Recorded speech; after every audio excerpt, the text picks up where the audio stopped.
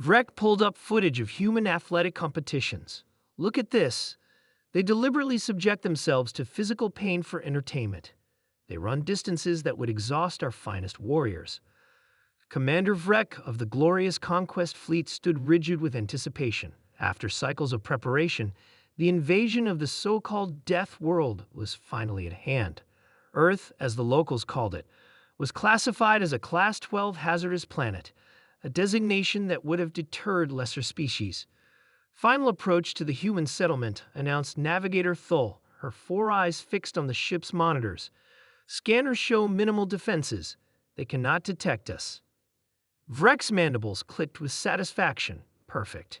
We will begin our assessment with their disposal sites. A species reveals much through what it discards. The stealth cruiser hovered above what humans called a landfill, a vast expanse of their civilization's cast-offs.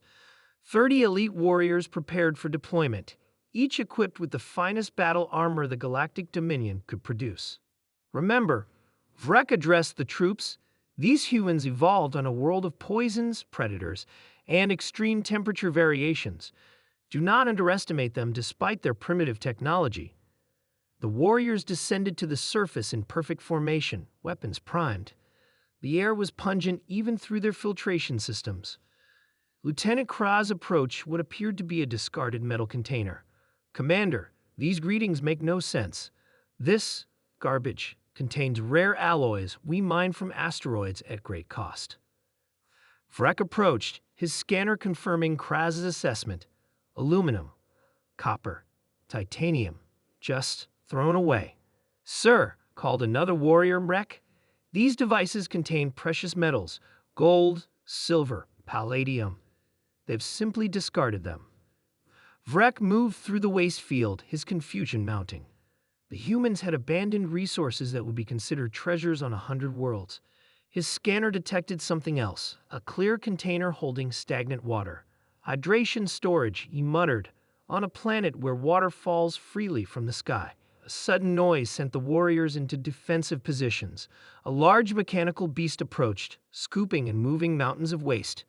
The warriors remained undetected thanks to their cloaking technology, watching in stunned silence as the machine rearranged the valuable refuse.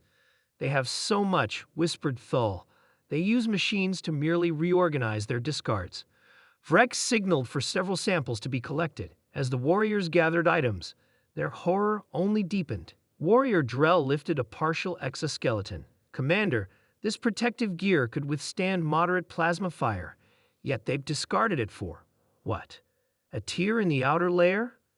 These clothing items, added Kraz, fabricated from plant and animal fibers, perfectly functional yet abandoned.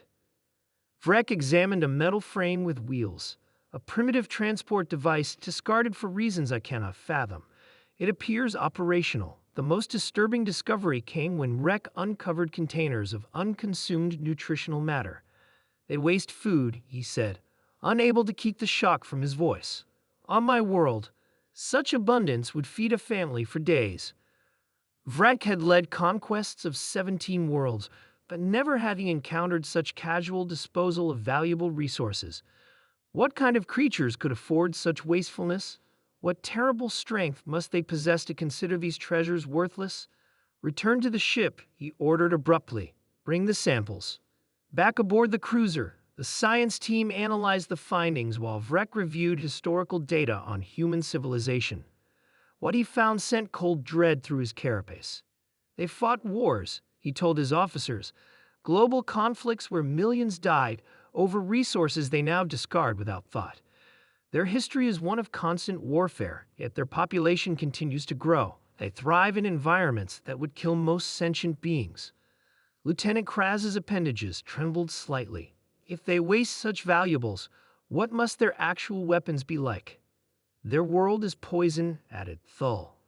Their air burns with oxygen. Their water falls as corrosive acid. Their land trembles and spews fire. Yet they build cities on fault lines and in the paths of cyclical storms, or sport. The command room fell silent as the implications sank in. These humans had evolved on a world that should have killed them 1,000 times over. Instead, They had mastered it so completely that they treated valuable resources as worthless garbage. "We've made a terrible mistake," Vrek finally said. "Their waste sites aren't signs of weakness. They're monuments to terrifying abundance. What we consider precious, they consider trivial." He stared at the blue-green planet on the view screen, seeing it with new eyes. Not as a target, but as the cradle of monsters who had conquered a death world so thoroughly that they could afford to throw away treasures. "Navigator, plot a course away from this system. Maximum speed. The High Command will demand explanation," Thol warned.